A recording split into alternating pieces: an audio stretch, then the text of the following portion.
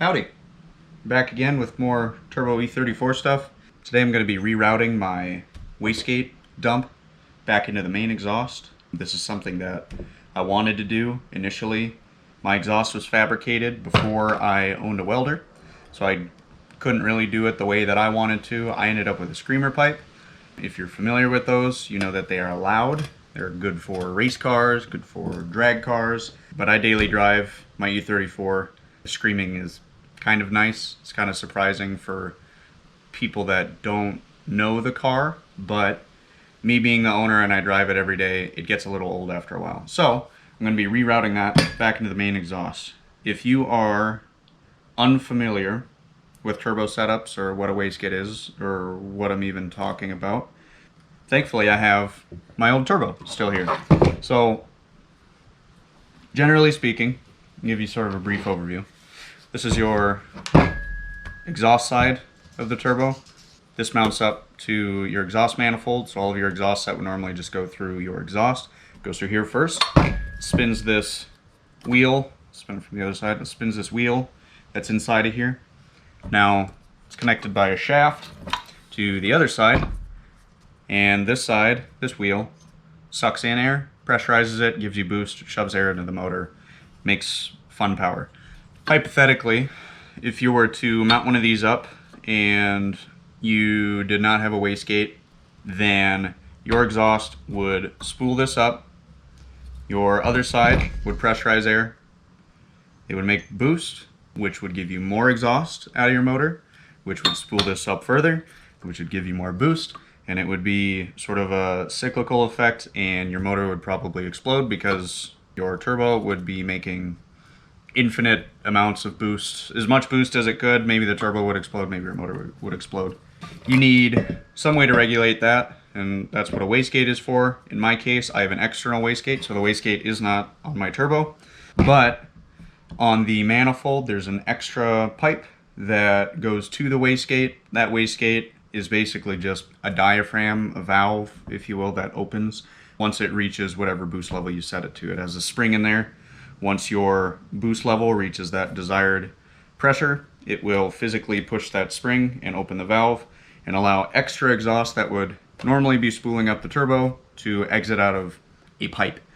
So in my case, the exhaust manifold that I have, that runner that goes to the wastegate and allows exhaust to flow through it, is at a right angle right off of the collector right before it meets here. And exhaust is, if you think of it like a fluid, water is going to, if it's going straight down a river and there's all of a sudden this 90-degree intersection, like a T intersection, the water's not going to all of a sudden just take a right turn for no reason. So there's something to be said about designing a manifold well where the headers meet up with this turbo. You'd have sort of a split that allowed it to go to that wastegate, so that when the wastegate opens, the exhaust is already there waiting to be evacuated, and you would get really good control of your boost.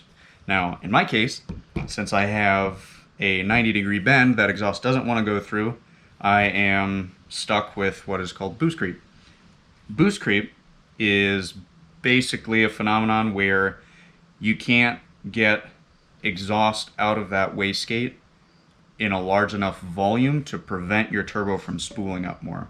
So for me, what that means is that at lower RPM, this thing will hit my set amount of boost, which is 15, 16 pounds, and it's all fine and good.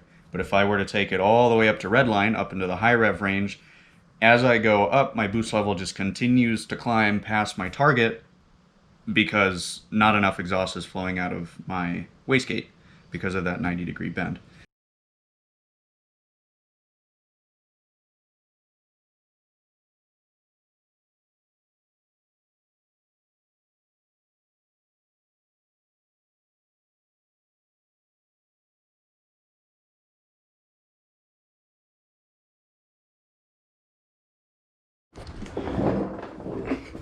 So if we go underneath the car, it's a little tight here. I'll get a light.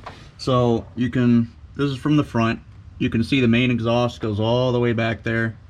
It has its own flex joint here and travels up to the back of the turbo via that downpipe. Now that blue thing right there is the wastegate. It's a little hard to see, but you can see that one of those runners goes right to it. That thing opens up, and kind of to the right of the frame, you can see that extra pipe that comes down. It runs right down here over the main exhaust, and you end up with that. So that is what all that extra exhaust comes out of. It is loud, it is cool, but it can be sort of obnoxious if you have to deal with it every day. And, you know, that's subjective, but at this point I'm willing to reroute it just to see if it will help the boost creep. And it'll also be a little bit quieter, a little bit more reasonable, even when I'm spooled up, which will be nice.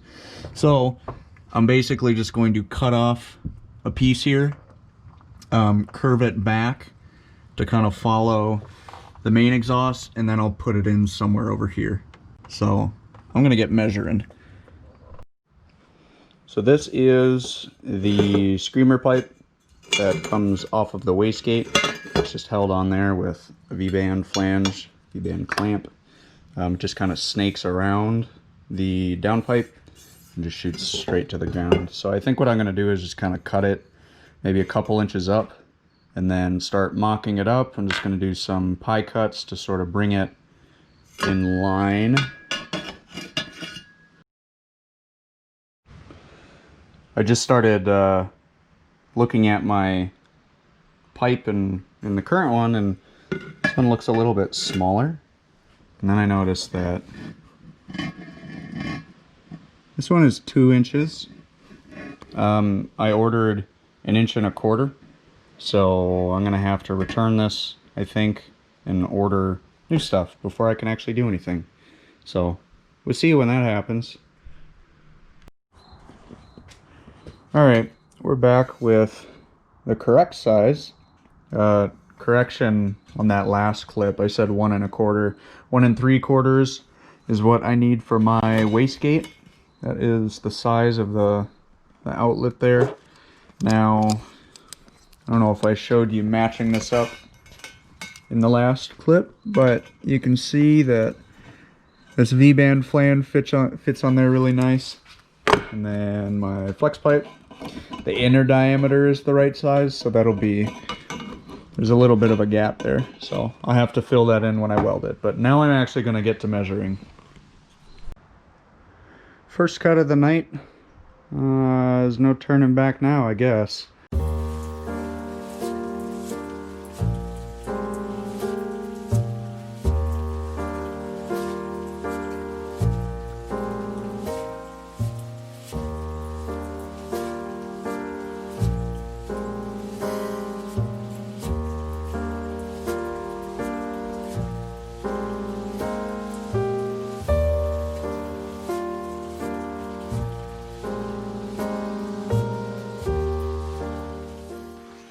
So I didn't get a whole lot of footage of me sort of mocking this up, but this is actually my 3rd day of working on this. I'm just taking my time and making sure I'm doing it right. But essentially, I've just got a bunch of pie cuts. I just cut out a bunch of, these are all 10-degree pieces, and I just got under the car and started using a Sharpie and playing around with the pieces. Take it out, tack weld it. So this whole thing is just tack welded right now. It's still pretty sturdy, honestly, but this is almost the finished product. This flex joint will have to be welded on here. This is about where I want it. This ends up coming off the wastegate and running parallel to the main 3-inch exhaust.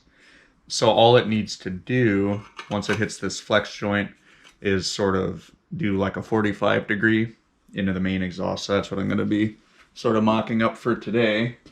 The other thing is that this V-band has to go in there somewhere. So I don't know, I might probably on the 45 so that I can, when I disconnect both of them, I'll be able to push it in a direction and get it off if I ever need to take the exhaust off or something. So hopefully we'll be finishing it up on the third day. Day 4. It's taken way longer than I had originally expected it to. I have a newfound respect for fabricators, guys that build manifolds and stuff, because this shit is difficult.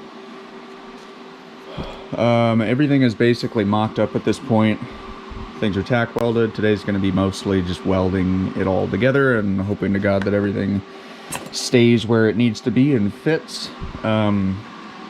This is kind of the mess that I'm dealing with right now. I wanted this wastegate reroute to go into this main exhaust at as shallow of an angle as possible. So I ended up with like 40 degrees, which isn't crazy, but it's pretty shallow. And so I had to kind of by hand do this notching so that it sits up against the pipe okay. And it's not that great, so there's gaps. You can kind of tell it's pretty shitty. Not my proudest work. And then I used a hole saw twice last night to drill in this right here, and got a little overzealous with it. And when you stick this up here, there's little gaps, and I had to weld a patch in, and it's not going to be fun to weld. But I'm going to see if I can get some more footage of welding today, and we'll hope that this part goes smoothly.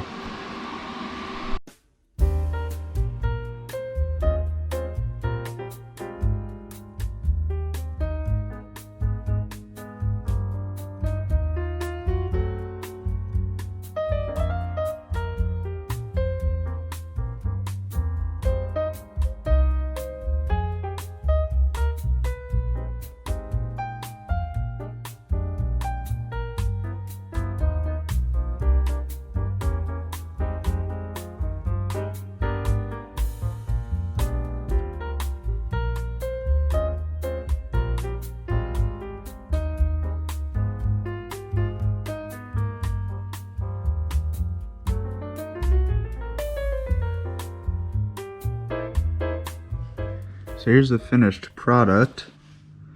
Again, not a welder.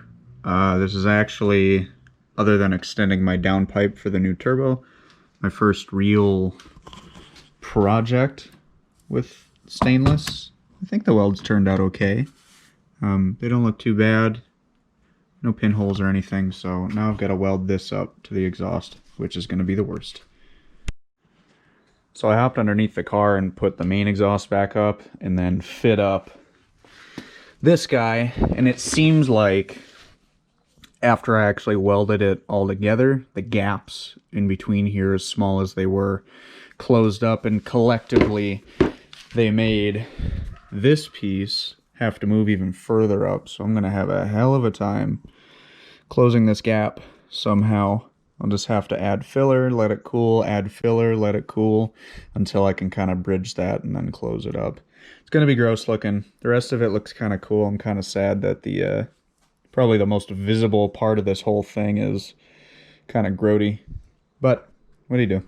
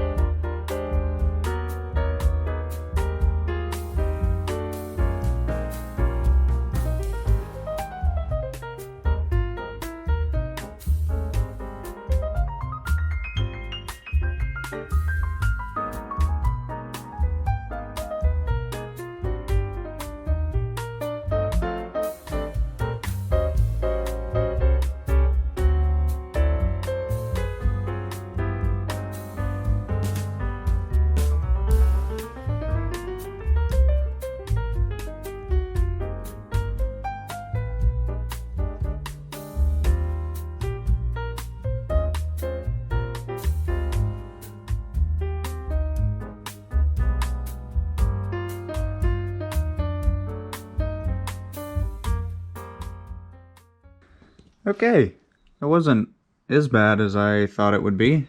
I put a bunch of filler in here and then just kind of flap disced it down. It's not that pretty, per usual, but you know, should function. We'll see if it rusts out, if I burned all the chromium out of it, but the rest of the welds look okay. So go ahead and install it, see if it works. So here is the finished product.